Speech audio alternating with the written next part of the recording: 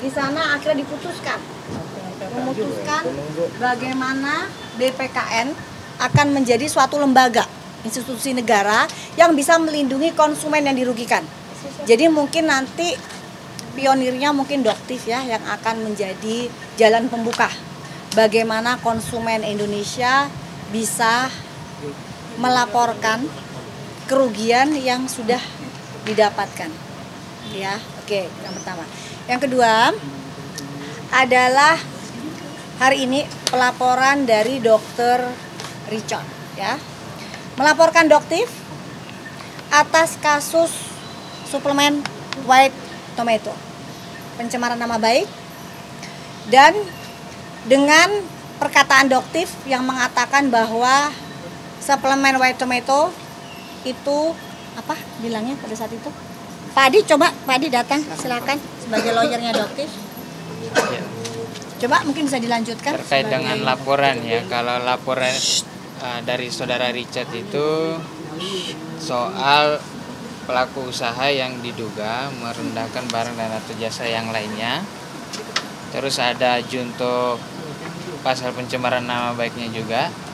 Itu terkait dengan adanya beberapa konten yang diupload oleh dokter detektif, salah satunya terkait dengan produk White Tomato. Nah, untuk produk White Tomato ini sendiri kan sebenarnya pada dasarnya sudah dalam proses hukum juga ya, sudah dalam proses hukum di pihak kepolisian, karena itu sudah kita laporkan terkait dengan adanya dugaan pelanggaran hukum juga. Nah, nanti kita tinggal tunggu aja. Ini udah berproses dan kemudian ada. Oke, jadi di sini Doktif jelaskan lagi ya. Di sini sudah dirilis dari Badan POM bahwa memang produk White Tomato tidak pernah ada kandungan tomat putih. Ya, jadi mungkin kalau Doktif menyebutnya ya ini bohong ya atau menipu. Gitu. Karena dengan menambahkan stiker aja sehingga dan iklan-iklan beliau pun mengatakan bahwa produknya mengandung ekstrak tomat putih. Jadi untuk DRL, please Doktif mohon jangan lagi berlagak seperti amnesia. Ya, kamu selalu melakukan iklan, menyebarkan iklan bahwa suplemen kamu mengandung tomat putih. Dan akhirnya terima kasih apresiasi kepada Prof Taruna dan Badan POM akhirnya mengeluarkan merilis pelanggaran terhadap relabeling dan iklan suplemen kesehatan WT. Sudah jelas ya. Di sini nggak cuman ada 5 pelanggaran yang sudah dilakukan. Oke, jadi di sini dipasang stiker sendiri dan masyarakat mungkin tahu ya apa alasannya. Karena produk ini sama dengan produk Glubio yang dijual di pasaran seharga 300.000. Tetapi dengan menempelkan stiker, maka harganya bisa menjadi 1.500.000. Dan inilah yang salah satu poin yang Richard melaporkan Doktif. Oke, sudah ya. Terus juga Doktif di sini ingin menyampaikan kepada Richard untuk fokus saja, ya, fokus saja kepada pelaporan Doktif di Polda Metro Jaya. Jangan menggiring opini ke masyarakat. Istri kamu sudah dipanggil, tetapi mangkir dari panggilan. Jadi Doktif mohon silakan kooperatif saja dengan panggilan Polda Metro Jaya. Karena dalam waktu dekat, insya Allah beliau pun akan dipanggil oleh Polda Metro Jaya untuk mempertanggungjawabkan produk yang sudah dia jual. Bukan cuma ini, ada beberapa produk lain yang terindikasi diduga juga melakukan pelanggaran. Ya. Dok, tadi pertanyaan berapa Dok pemeriksaannya Dok? Berapa pertanyaan? 20-an mungkin ya. Nah, seputar apa aja? Ya seputar itu aja, seputar konten, seputar White Tomato, seputar surat izin praktek ya. Jadi yang juga dipertanyakan adalah Doktif memang ya mengunjungi. Jadi sebelum Doktif itu mengungkap fakta atau data atau berucap, itu Doktif akan selalu melakukan research atau penelitian lebih dahulu. Ya, jadi Doktif mendatangi klinik beliau di Palembang. Dan memang Doktif melihat dan pengakuan dari dokter pun sama. Apakah ada di situ surat izin praktek Dokter Richard? Doktif tidak melihatnya. Ya, jadi fakta yang Doktif omongkan adalah fakta, bukan kata-kata opini atau asumsi. Ya, jadi Doktif yakin dari Polres Metro Jakarta Selatan juga akan melihat fakta-fakta yang ada. Penyidiknya baik banget ya tadi ya. Bang Alvino, Bang Ridwan, luar biasa. Dan Doktif yakin bukti-bukti juga mereka dengan jelas mereka lihat. Ya, jadi kita percayakan saja dengan penyidik, oke? Dok, Terus terkait apalagi? dari BPOM bahwa seorang dokter tidak boleh mereview produk itu gimana dok? Kenapa? Terkait pernyataan dari BPOM bahwa seorang dokter tidak boleh mereview sebuah produk itu gimana? Kalau selama ini sih Doktif mendapatkan informasi tidak begitu ya, apalagi produk-produk yang tidak memiliki izin Badan POM, apalagi produk-produk yang mengandung merkuri, itu tidak pernah ada masalah. Silahkan Doktif lanjutkan reviewnya, ya. Jadi jangan juga ikut tergiring opini, oke? Terus juga untuk AS yang mengatakan bahwa Doktif tersangka di Medan, ya. Doktif mohon jangan ngotot banget dong lawyernya itu. Kok memaksakan banget Doktif jadi tersangka? Kayaknya pengen banget kayaknya Doktif masuk gitu ya. Jadi lawyer yang profesional, melihat fakta dan data. Ya bukan karena keinginan nafsu dari kliennya. Kalau memang Doktif tidak terbukti, bahkan memang kliennya ada justiper, ya, terbukti semua. Bahkan bukti-buktinya sudah diserahkan ke penyidik. Jadi untuk Kapolda Sumatera Utara, Doktif mohon di sini Doktif sudah mendengar ya adanya kucuran, dugaan nih kucuran ke instansi-instansi aparat penegak hukum. Di sini Doktif yang memohon untuk dikawal Pak Kapolda, karena sebagai Doktif sebagai masyarakat ya, Doktif inginnya polisi bisa dipercaya kembali oleh masyarakat. Jadi kita kawal bareng-bareng, termasuk untuk Pak Kapolda Sumatera Utara untuk ikut mengawal semua ini, karena ini sudah menjadi atensi nasional ya. Ya Bang ya, mungkin Abang ada tambahan soal kasusnya Doktif yang di Medan. Ya seperti pemeriksaan terakhir ya, itu dilakukan di Polres Tangerang Selatan. Itu kita sudah memberikan semua keterangan-keterangan apa yang dibutuhkan oleh penyidik kepolisian dan terkait dengan permasalahan apa kata-katanya bukan dokter. Jadi gini, bukan ya? dokter, justiper itu ada satu kalimat yang bersambungan, iya. Ya. Jadi bukan fix Andreas Situngkir bukan dokter, enggak seperti itu. Fix bukan dokter, justiper. Kenapa? Karena seorang dokter tidak boleh dia melayani justiper kosmetik. Jadi beliau ini ya membeli kosmetik dari luar Bangkok berdasarkan pesanan dari orang-orang. Ada linknya, bahkan beliau juga menunjukkan nomor teleponnya, ya. Jadi dia akan memesan itu dan akan langsung berangkat ke Bangkok bersama dengan teman-temannya, karena pada saat itu memang bersama teman-temannya. Dia membeli, ya, dan dia akan memasukkan barang itu ke Medan melalui Bea Cukai Kuala Namu. Oke ya. Nah, pada saat di Bea Cukai Kuala Namu, Doktif apresiasi banget kepada Bea Cukai Kuala Namu yang menahan barang-barang tersebut. Jadi sempat tertangkap ya, memang barang-barang tersebut sempat ditahan dan mungkin sampai saat ini pun masih berada di Bea Cukai Kuala Namu. Oke ya, jadi di situ pun sudah jelas ya, memang dia adalah seorang justiper dan seorang dokter tidak boleh melakukan itu, apalagi dia tahu aturan bahwa produk kosmetik yang ada di Indonesia harus memiliki izin edar Badan POM. Jadi untuk lawyernya Pak siapa, Yulianus itu ya, jadi Doktif tekankan, Pak, itu bukan oleh-oleh Pak, ya, itu adalah titipan. Buktinya jelas banget dari bondnya, dari chatnya, dari semuanya itu bukti jelas banget dan saat ini sudah dipenyidik.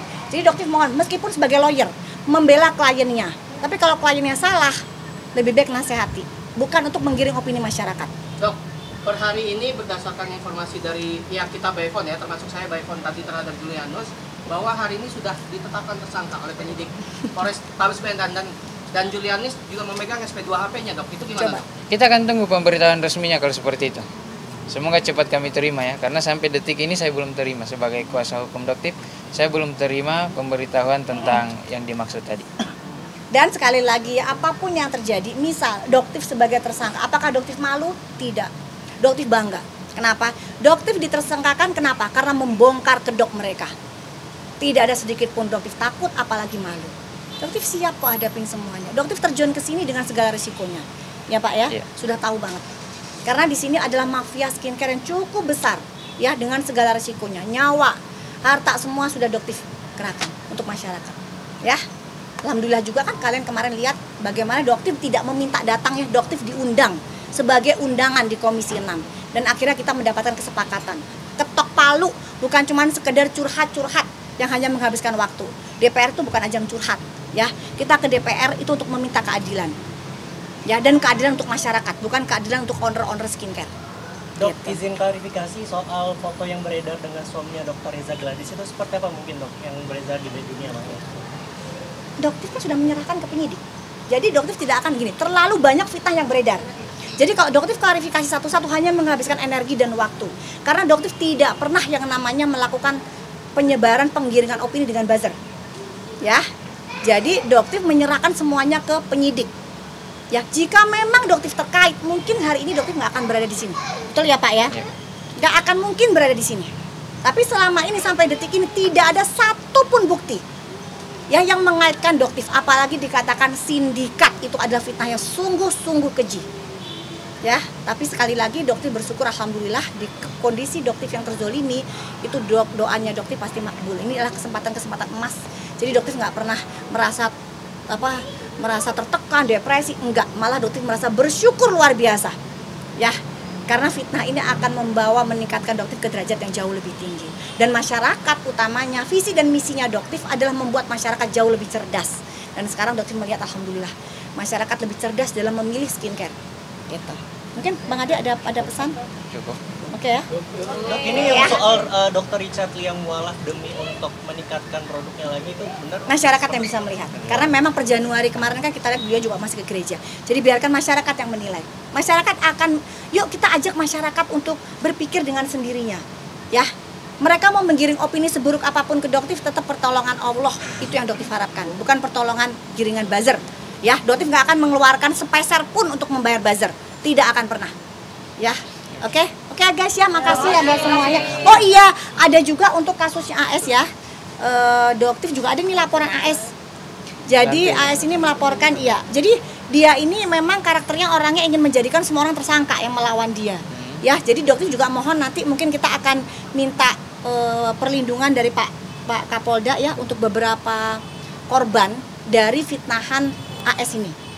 Ya, karena begitu banyak fakta-fakta yang Doktif belum ungkapkan ke publik, tapi sepertinya Doktif akan serahkan langsung ke penyidik. Ya, jadi sebaiknya nanti untuk para korban-korban yang sudah difitnah oleh AS, nggak usah khawatir, langsung hubungin aja Doktif, langsung bisa hubungin Riko, Jaga Lambe juga ya. Oh iya, ada satu lagi untuk kalian ya. Sebenarnya tujuan mereka melakukan ini hanya satu, untuk mengambil akun dokter detektif. Jadi serangan mereka adalah satu, akun dokter detektif ya. Jadi kalian juga Doktif mohon kalau misalnya kalian bisa follow akun dokter detektif Hero, karena mereka ini targetnya selalu akun. Untuk apa? Supaya Doktif berhenti ya mengungkap kebenaran. Doktif nggak lantang tuh berbicara, tapi sampai detik ini dan insya Allah ke depan Doktif tetap akan terus lantang bicara. Jadi ingat ya, untuk para buzzer-buzzer, sampai detik ini lihat kan, Doktif tetap lantang. Tidak ada sedikit pun ketakutan, tidak ada sedikit pun kepanikan, karena sampai detik ini tidak terbukti bahwa Doktif adalah sindikat. Oke?